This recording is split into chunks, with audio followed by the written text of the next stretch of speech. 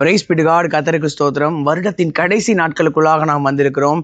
அப்போஸ்தலனாகிய பவுல் அவருடைய வாழ்க்கையை யோசிச்சு பாருங்களேன். தேவனால் மிக வல்லமையாக எடுத்து பயன்படுத்தப்பட்ட பாத்திரம்.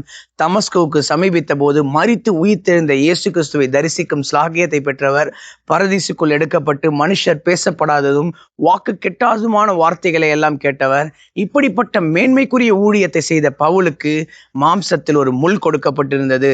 அது அவர் தன்னை உயர்த்தாதபடிக்கு அவரை குட்டும் சாத்தானுடைய தூதனாய் இருந்தது என்று 2 கொரிந்தியர் 12ஆம் அதிகாரத்தில் அவரே சொல்றார்ல. அது தன்னை விட்டு நீங்க வேண்டும் என்று அப்போஸ்தலனாகிய பவுல் தேவனிடம் 3 முறை விண்ணப்பம் பண்ணியும் தேவன் அந்த முள்ளை அவரிடமிருந்து நீக்கவில்லை.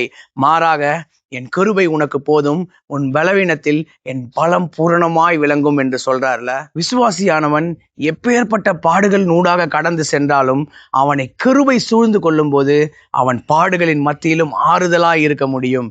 பாடுகளை காட்டிலும் தேவனுடைய கிருபை மிக பெரியதில்ல. அதனால்தான் சங்கீதக்காரன் சங்கீதம் 63:3 சொல்றாரு, ஜீவனை காட்டிலும் உம்முடைய கிருபை நல்லது, என் உதடுகள் உம்மை துதிக்கும் என்று சொல்றார்ல.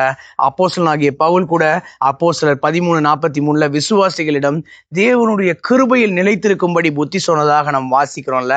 இந்த வருடம் முழுவதும் நம் பாடுகளூடாக கடந்து வந்தாலும் தேவனுடைய கிருபை நம்மை தாங்கிற்று. ஏசாயா 54:10 தான் எனக்கு ஞாபகம் வருது. மலைகள் விலகினாலும் பர்வதங்கள் நிலை பெயர்ந்தாலும் என் கிருபை உன்னை விட்டு விலகாமலும் என் சமாதானத்தின் உடன்படிக்கை நிலை பெயராமலும் இருக்கும் என்று உண்மையில் மனதுருகுகிற கர்த்தர் சொன்னார். தேவனுடைய கிருபைக்காக நாம் நன்றி சொல்லுவோம். புதிய வருடத்திற்குள் நன்றி அறிதல் உள்ள இருதயத்தோடு பிரவேசிப்போம். என்னுடைய வாயின் வார்த்தை, என்னுடைய இருதயத்தின் தியானங்கள் கர்த்தருக்கு முன்பாக பிரதியா இருக்கட்டும். கர்த்தருக்கு சித்தமான இன்னொரு வீடியோ பதிவில் நாம் சந்திப்போம். God bless you all. Thank you so much.